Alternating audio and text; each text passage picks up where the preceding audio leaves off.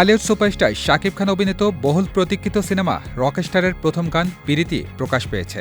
গানটি মুক্তির পর থেকেই সামাজিক যোগাযোগ মাধ্যমে ব্যাপক আলোচনা শুরু হয়েছে। এর আগে সিনেমাটির অ্যানিমেটেড টিজার ও ভিডিও টিজার দর্শকদের আগ্রহ বাড়িয়ে তুলেছিল। পুরো গানটি চিত্রায়িত হয়েছে কারাগারের ভেতরে, যেখানে শাকিব খানকে দেখা যায় বিধ্বস্ত ও হতাশ এক মানুষের রূপে। তবে কেন তিনি জেলে, সেই রহস্য এখনও খোলাসা করেননি নির্মাতা। গান প্রকাশ করে ক্যাপশনে লেখা হয়, প্রেম আর বিরহের গভীর অনুভূতিতে মোড়া থাক ভালোবাসার গল্পেরা।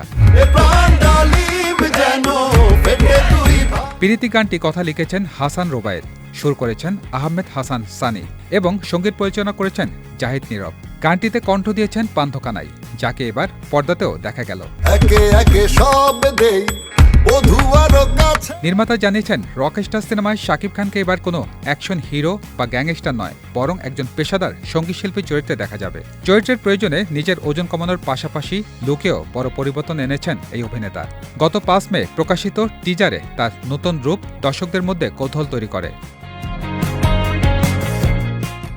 আজমান রসর গল্পে নির্মিত সিনেমাটিতে একজন সঙ্গীতশিল্পীর জীবন সংগ্রাম, উত্থান পতন ও বাস্তব অভিজ্ঞতার গল্প তুলে ধরা হবে বলে জানিয়েছেন সংশ্লিষ্টরা। সিনেমাটির চিত্রনাট্য লিখেছেন নুসরাত মাটি, সংলাপ লিখেছেন আইমান আসিফ ও সামিউল ভুইয়া।